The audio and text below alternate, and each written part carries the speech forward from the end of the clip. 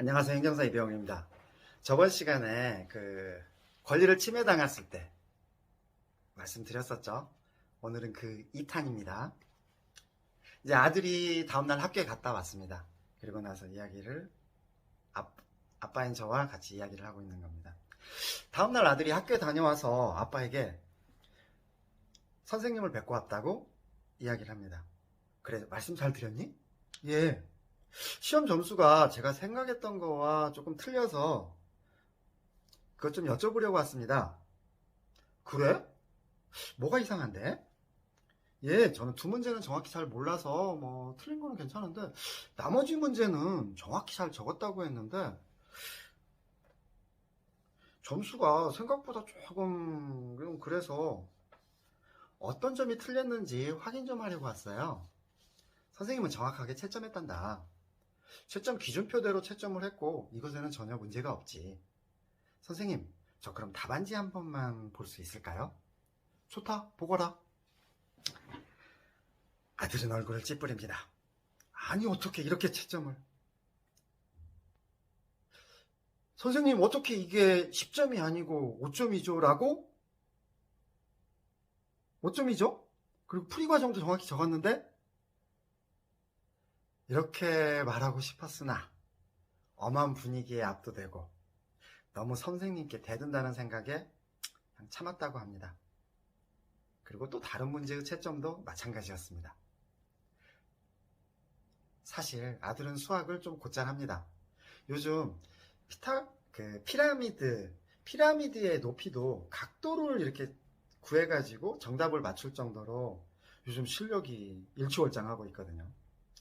그리고 아빠인 저도 이제 아들 수학을 가르쳐 준다는 것에 대해서 요즘은 좀 엄두가 나질 않습니다. 다시 돌아와서 아들은 망연자실하고 아직은 어리고 선생님께 감히 대들면서 자기 주장을 관철할 정도는 되지 못하고 집에서도 항상 저는 선생님께 예의를 갖추고 대하라고 교육을 시키고 있습니다. 그래서 아들은 예, 선생님 알겠습니다. 제가 좀 착각을 한 것 같은데요. 선생님 죄송합니다 하고 나왔다고 합니다.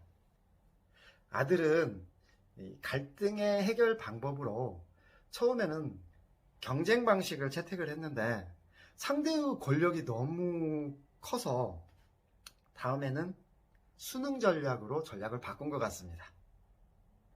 아빠인 저는 한참 망설였습니다.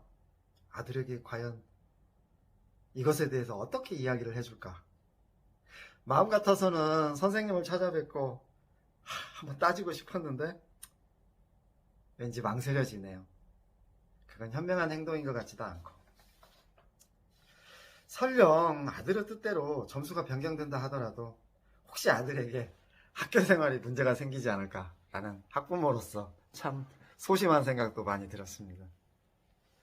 그렇다고 잘못된 것을 무작정 참으라고 교육시키기에도 참 저도 화가 나고 아들은 아빠의 눈치를 살피면서 아빠 괜찮아. 내가 학원 선생님께 들었는데 그 유명한 피타고라스 학자 있잖아. 한 번은 제자가 피타고라스 선생님의 그 이론을 전면 반박을 했거든. 그랬더니 제자들이 벌떼같이 일어나서 감히 우리 스승님의 이론을 반박해? 하면서 나중에 암살당했대. 아빠인 저는 한참을 망설이다가 말문을 열었습니다. 아들이 오늘 한 행동은 참 현명한 것 같아. 일단 점수에 불만이 있었지. 그래서 선생님을 찾아간 것은 참 잘했어. 그래야 문제의 실마리를 찾고 오해도 풀리지. 혼자 냉가슴앓이를 하면 정확한 사실도 모르고 내 생각만 하게 되고 상대방을 무작정 미워하게 되잖아. 둘째, 아빠가 보니까 선생님 채점에 조금 모순이 있는 것 같아. 물론 선생님은 기준에 따라서 채점을 하셨겠지만 아빠도 조금은 좀 공정한 채점인 것 같지는 않구나. 그러나 일단은 아들이 수긍을 하고 돌아온 것은 참 현명한 행동인 것 같아. 그러나 아들, 이 세상은 유감스럽게도 항상 올바르고 공정하게 돌아가는 것만은 아닌 것 같아. 지금은 조금 억울하겠지만 아들이 중학교, 고등학교, 대학교에서 배울 것도 참 많고 그렇지만 지금보다 더 억울한 일도 많이 만나게 될 거야. 아빠는 아들이 그때마다 무조건 참아라 그렇게 말하고 싶진 않아. 아들은 대신 다른 사람이 나로 인해서 억울한 일을 당하지 않도록 행동했으면 좋겠어. 그게 더 중요한 것 같아.